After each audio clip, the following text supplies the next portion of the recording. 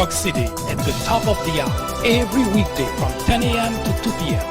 The Forefront presents discussion, debate, commentaries on social, political issues, current events, sports, entertainment, religion, education, science, and every Saturday at 10:30 a.m. for a full presentation on controversial issues such as war on blacks, are Republicans dumber than Democrats? Information which might irritate you, make you cry, make you laugh, but above all, will make you smarter. Join us every time. It is the right thing to do. It is the only way to keep your sanity in a world of chaos, hypocrisy, immorality, and deception. Welcome to Common Sense.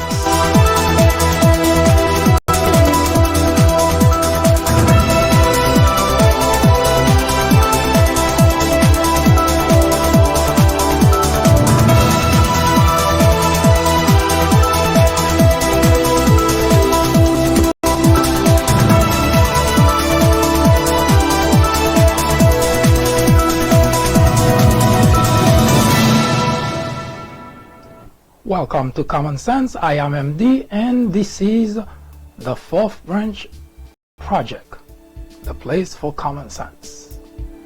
Today is Tuesday, May 14th.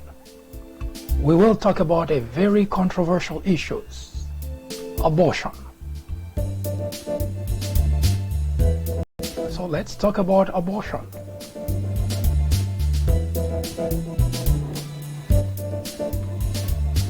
For the past few weeks, there have been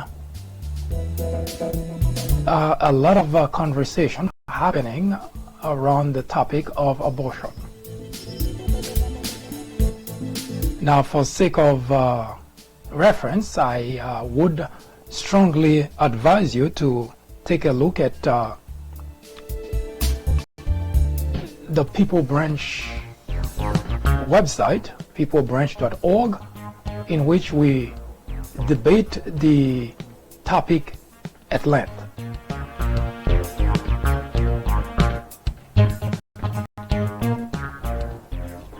But for the sake of today, we will talk about abortion through the prism of common sense. We're not here to talk about the procedure. We're not here to talk about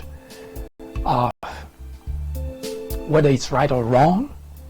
We're here to talk about the common sense aspect of the discussion. Full disclosure, I, your host, personally, am against abortion. But as I mentioned, we are going to talk about the topic through the prism of common sense. We realize that we will not be able to complete the conversation about this topic in a matter of a few minutes, so most likely we will talk about this topic in a couple of episodes throughout this process. Now, there are two things that I like to actually put on the table. When we elect public officials, we usually elect them to do what benefits the country, what benefits us. But for the past several decades, there is one particular aspect of voting for a public official that unfortunately have been used not for that purpose, and I will explain. Now, let me again say what I said earlier so that there is no ambiguity. I, personally, Mike Duchenne, am against abortion. Through the prism of common sense, however, the position that one takes cannot be black or white, and there is no right or wrong based on your position, and here's why. You see, the Republican legislators, they are very good at exploiting emotions, angers. We've seen it every day through the presidency of Donald Trump. In fact, Donald Trump got elected president of the United States exclusively on that. Donald Trump never had any plan for the country. We know that. Me personally, I spent a great deal of time well before Donald Trump made the announcement for bidding for the presidency of the United States. Donald Trump is a man of no value. There is no planning in Donald Trump's life. He goes by whims. And during the presidency, during his campaign in the 2016, I spent really a great deal of time on his website, and it was mind-boggling that people who actually care about the country would even vote that guy in office. There was nothing of substance in his website to even say that he's what he's going to do for the country. And yet, he's president of the United States. And the reason is very simple, is because, as I mentioned, Republicans in general have always exploited emotions, angers, frustration of their constituent. A few months ago, I published a series of Are Republicans Dumber Than Democrats? Of course, I always get backlashes, people just shrugging it off or insulting me as if what I'm saying is something that comes from my mind. And I showed scientifically that it is in fact the case. But that's not what we're here to talk about, but it is related. Republican legislators make a living out of using the most vulnerable aspect of a human being in order to keep their job. They don't have much to offer, and we've been proving that over and over and over. And as I mentioned before we change this format, we're going to go back as far as 100 years to prove the point that Republican legislators have always relied on one aspect of their constituent: gullibility, naiveness, and they exploit their emotion. Because if they had to offer something of substance, most Republican legislators would not have a job, would not spend much time in office, because the minute that they get elected to be given a chance, their constituent would have recognized that that individual is not doing anything for the country. But they exploit the emotion, which brings us back to the abortion conversation. Now, here's the question. That's why I say let's talk about this through the prism of common sense, not through the prism of what you like, what you prefer. Because as I mentioned, I personally am against abortion. But my preferences, ironically, Republicans always say government should get out of people's lives. That's why they want smaller government. And yet, in example after example after example, they want Republican legislators want to control everybody's life. That's kind of a contradiction that I have yet to understand. They want government out of people's life, but every chance they have, they try to control those same lives. Now let me illustrate the point on abortion. Now this point is only to address this aspect. We will address the aspect of the abortion itself, but we're not here to say it's good or bad. We're here to talk about the common sense part. And the reason we decided to approach the issue today is because across the nation, Republicans who are in control of legislature in different states are passing sweeping legislation that would pretty much end abortion in those states. For instance, in Alabama, there is a legislation passed that would send a doctor, the doctor who would perform an abortion, 99 years in jail.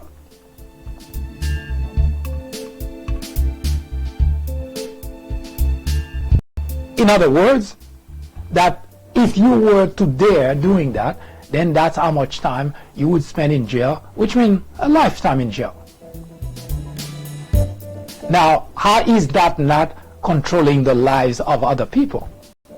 Whether it's the actual unborn baby that we're talking about, and that individual, that a doctor whose job is to help a patient. Now, if you get involved in that through a legislation, how is that not getting involved in people's lives? Now, that's one aspect of the conversation. But the aspect I want to bring to the conversation through the prism of common sense is this. Legislators are elected to attend to the affairs of the country, not to your personal preferences. Let me repeat that. Elected officials are elected to attend to the affairs of the country, not preferences. What you prefer to do is your business. Example, if I prefer to eat snakes instead of fish, or instead of chicken, instead of beef, that's my preference. Now, what if all of a sudden the government say people shouldn't eat snake, and they have to pass legislation to prevent people from eating snake? Would that be okay? Now, sounds like a silly example, right? Okay, let's take a different example. Remember when Mayor Bloomberg in New York tried to pass a law in order to help people curtail the idea of drinking a lot of sugary type of drink, like by making the bottling, the packaging smaller? Now, that example, we can look at it from two angles. We can say Mayor Bloomberg was looking out for your health, but nevertheless, it's the government imposing its will on us, we the people. The backlash that Bloomberg got, the pushback that he got, tell you that we say, hands off, Mr. Government. And a lot of the Republicans, especially if you jump on Fox, you would have heard a lot of such conversation. I even remember people like Bill O'Reilly and sanity proposed to leave New York because of that. That's how much they hate the idea of government getting into people's lives, getting involved, meddling into people's lives. Okay, so if we are talking about not liking or pushing back from government, or for government to stay away out of our lives, how is it so easy for Republicans now to argue it's okay to pass a legislation like that?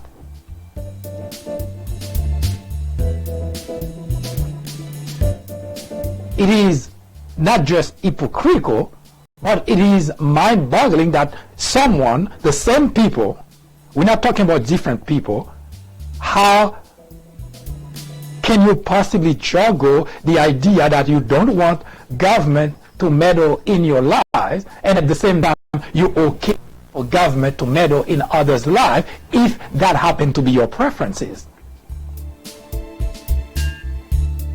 Again, we're not talking about, we of course talking about abortion, but this is that applies specifically to abortion. It applies to everything.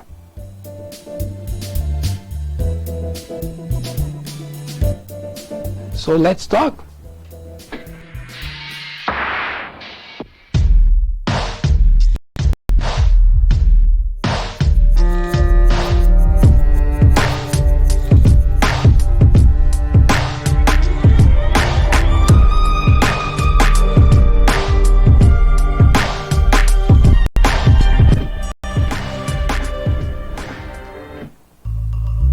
So let's talk about abortion. Again, I want you to keep your focus on the common sense aspect of the conversation, not on your preferences. For those of you who may have just joined now, let me repeat what I said before. I personally am against abortion. Through the prism of common sense, however, if we ought to apply common sense to the whole conversation, then all the citizens in the country, all of us who voted for elected officials, should be outraged that elected officials are using their post in order to force their wills, their preferences on others.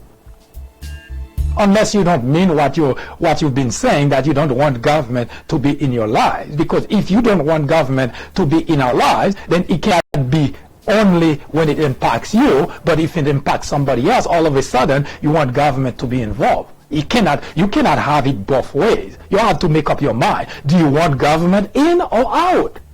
That's as simple as that. We're looking at it through the prism of common sense. Now, here's the aspect that I mentioned. Republican legislators have exploited the emotion, anger, and frustration of their constituent in order to stay in office, because obviously abortion is one such. But let's ask the most obvious question. How does someone abortion impact your life?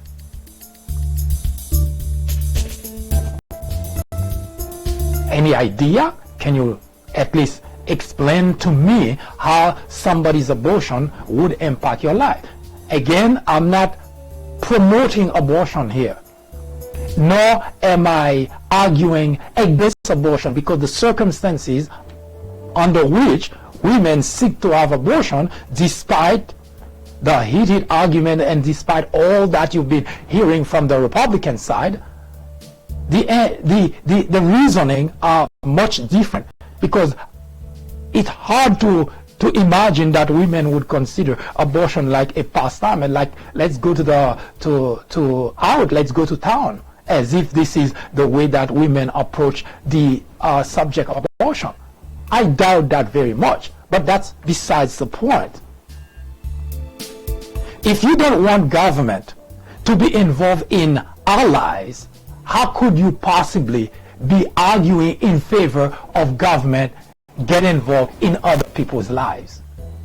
You have to make up your mind where you stand, because you cannot want that when it benefits you and not want it when it doesn't, because it just doesn't work that way. You either for or against. Do you want a government in our lives, or do you not? But the most important question in this conversation, how does someone abortion affect your life?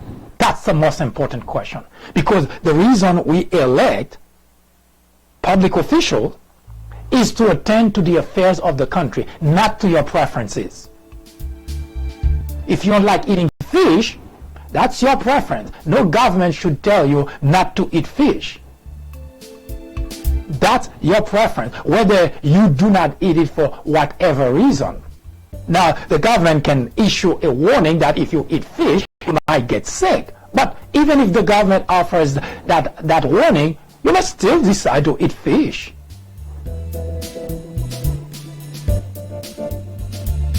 So the question is, still remain for all those that are out there thinking, yes, a legislation should pass to punish those people. How does someone's abortion affect your life?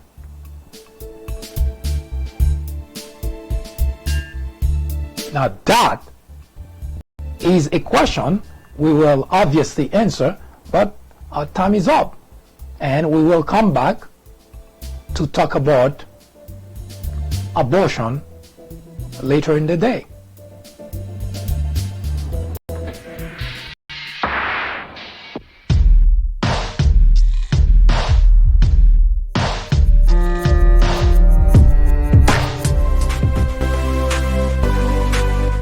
I am MD, host of the Fourth Branch program, inviting you to join me every Saturday at 10:30 a.m. and every weekday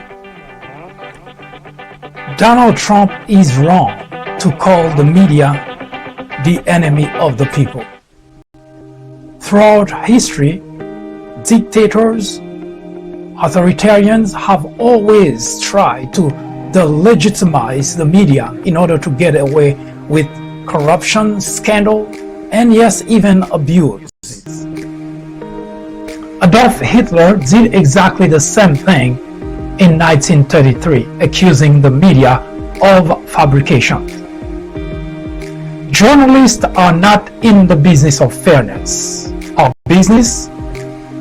Our only business is to be objective.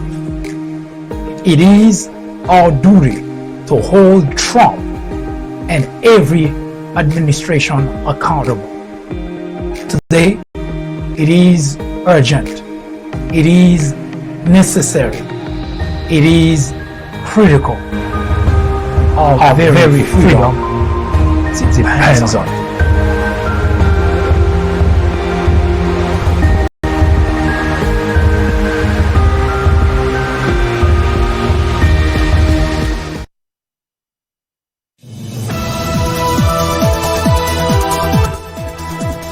That was an update through the prism of common sense.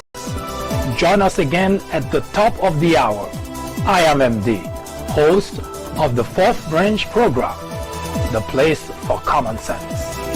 Send us comments, criticism, suggestion, or simply let us know how we're doing. Thank you for watching. See you in just a bit.